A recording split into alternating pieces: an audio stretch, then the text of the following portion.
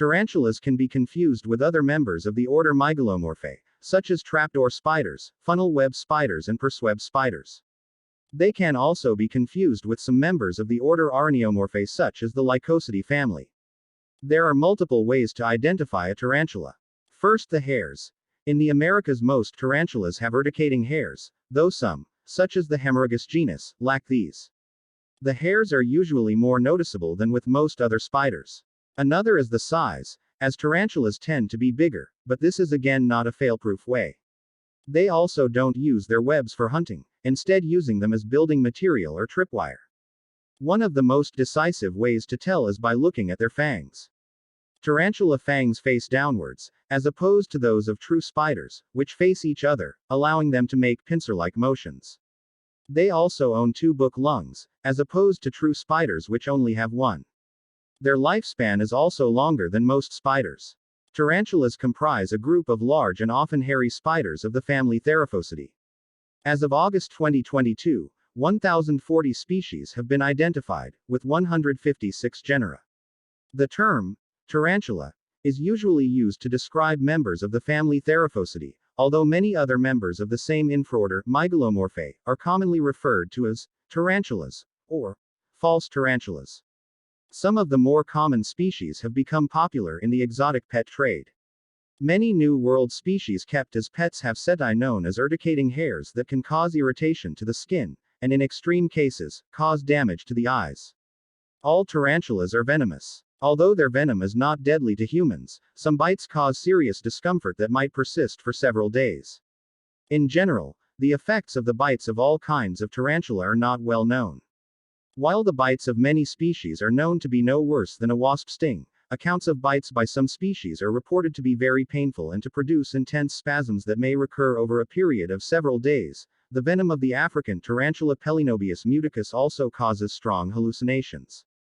For Poecilotheria species, researchers have described more than 20 bites with the delayed onset of severe and diffuse muscle cramps, lasting for several days, that in most cases resolved completely with the use of benzodiazepines and magnesium. In all cases, seeking medical aid is advised.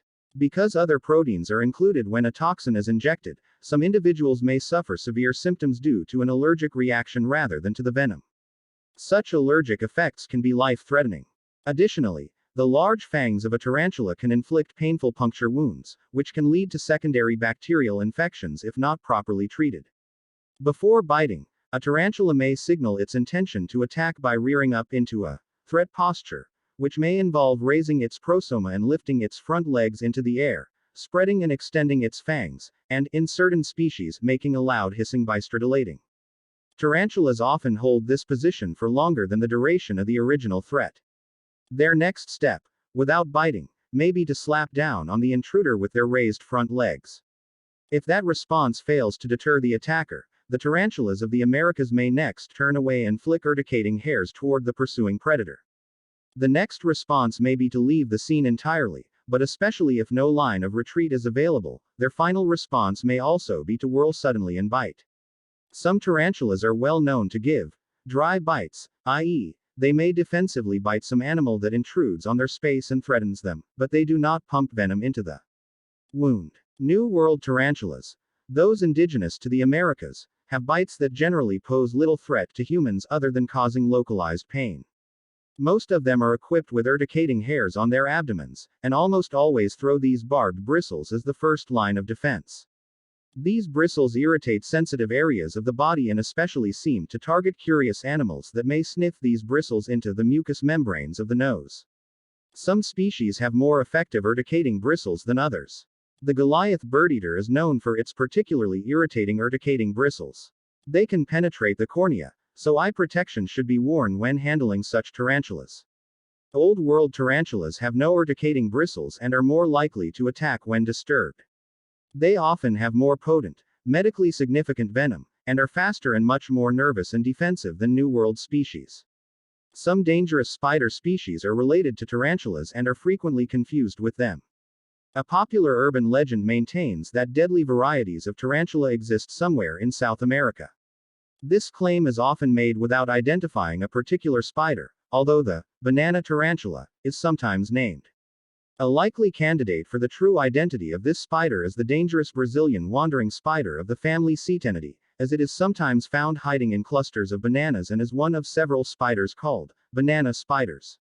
It is not technically a tarantula, but it is fairly large, somewhat hairy, and is highly venomous to humans. Another dangerous type of spiders that have been confused with tarantulas are the Australian funnel web spiders. The best known species of these is the Sydney funnel web spider, a spider that is aggressive, highly venomous, and prior to the development of antivenom in the 1980s was responsible for numerous deaths in Australia. These spiders are members of the same infraorder as tarantulas, Mygalomorphae.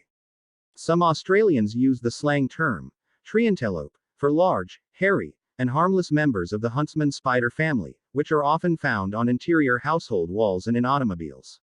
Although fossils of mygalomorph spiders date back to the Triassic, only 2 specimens have been found so far which can be convincingly assigned to the Theraphosidae.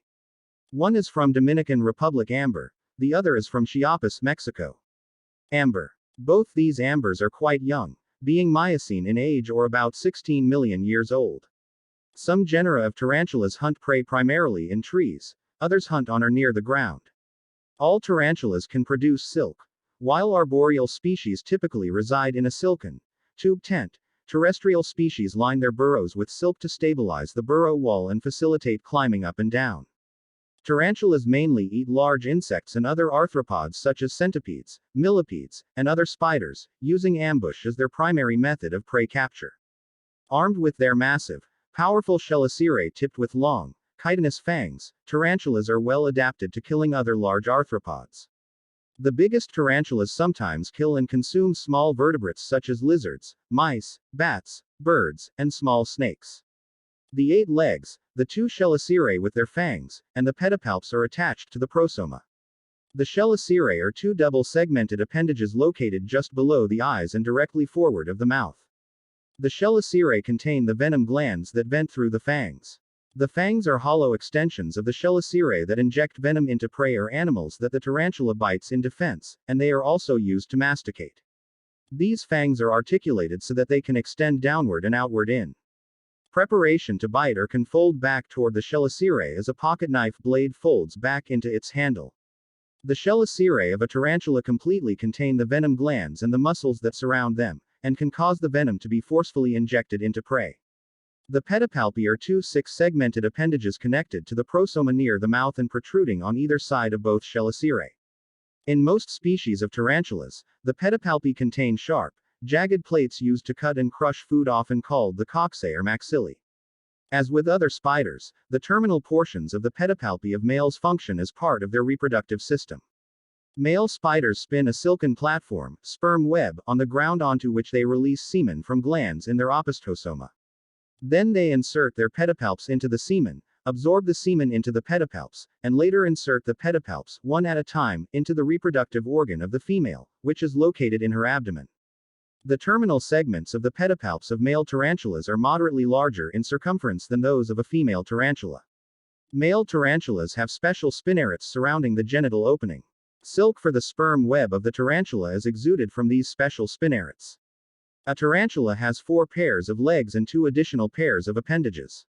Each leg has 7 segments, which from the prosoma out are coxa, trochanter, femur, patella, tibia, tarsus and protarsus, and claw.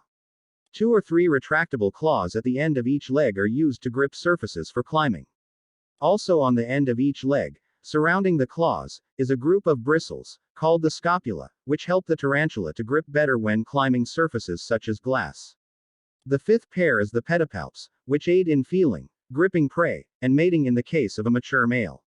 The 6th pair of appendages is the chelicerae and their attached fangs.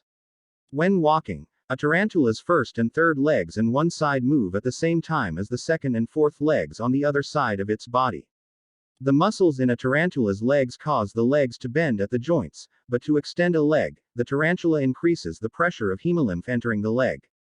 Tarantulas, like almost all other spiders, have their primary spinnerets at the end of the opistosoma. Unlike most spider species in the infraorder Araneomorphae, which includes the majority of extant spider species, and most of which have 6, tarantula species have 2 or 4 spinnerets. Spinnerets are flexible, tube-like structures from which the spider exudes its silk. The tip of each spinneret is called the spinning field. Each spinning field is covered by as many as 100 spinning tubes through which silk is exuded. As the silk is pulled out of the spinnerets, the shear forces cause proteins in the silk to crystallize, transforming it from a liquid to a solid thread. All types of tarantulas have two sets of book lungs, breathing organs. The first pair is located in a cavity inside the lower front part of the abdomen near where the abdomen connects to the cephalothorax, and the second pair is slightly farther back on the abdomen. Air enters the cavity through a tiny slit on each side of and near the front of the abdomen. Each lung consists of 15 or more thin sheets of folded tissue arranged like the pages of a book. These sheets of tissue are supplied by blood vessels. As air enters each lung, oxygen is taken into the bloodstream through the blood vessels in the lungs. Needed moisture may also be absorbed from humid air by these organs.